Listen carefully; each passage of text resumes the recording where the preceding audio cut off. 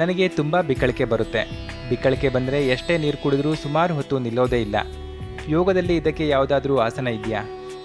ಈ ಶಾರೀರಿಕವಾಗಿ ಯಾವ ರೀತಿ ಸಮಸ್ಯೆ ಇದ್ದಾಗ ಈ ರೀತಿ ಆಗುತ್ತೆ ಅಂತಂದರೆ, ನಮ್ಮ ಈ ಬಿಕ್ಕಳಿಕೆ ನಾವು ಊಟ ಮಾಡುವಾಗ ಏನಾದರೂ ಮಾತಾಡ್ತಾ ಹೋಗಿ ಊಟ ಮಾಡಿದ್ರೆ ಸಹಜವಾಗಿಯೇ ನಮ್ಮ ಈ ಜಠರದೊಳಗೆ ಹೊಟ್ಟೆಯೊಳಗೆ ಗ್ಯಾಸ್ ಉತ್ಪತ್ತಿ ಆಗುತ್ತೆ.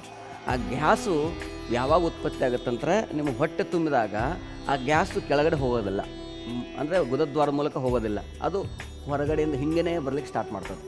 ಅಂದರೆ ಅಪ್ ಬರ್ತಾ ಹೋಗುತ್ತೆ.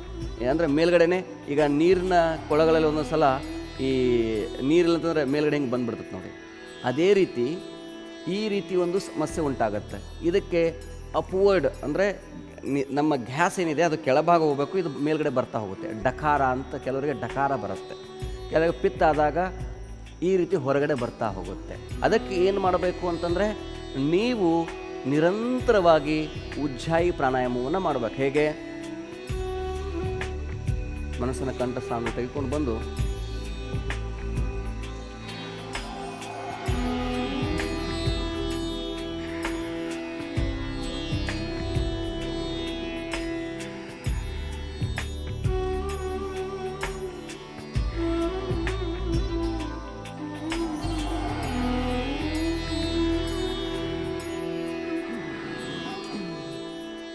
ಈ ರೀತಿ ಉಜ್ಜಾಯಿ ಪ್ರಾಣಾಯಾಮವನ್ನು ಮಾಡಬೇಕು.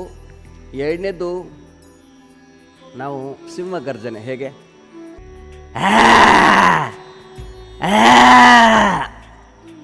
ಈ ರೀತಿ ಮಾಡ್ತಾ ಹೋಗೋದ್ರಿಂದ ಆ ಗ್ಯಾಸು ಕಂಪ್ಲೀಟ್ ಒಳಗಡೆ ಇರುವಂಥದ್ದೆಲ್ಲ ಬರ್ತಾ ಹೋಗುತ್ತೆ.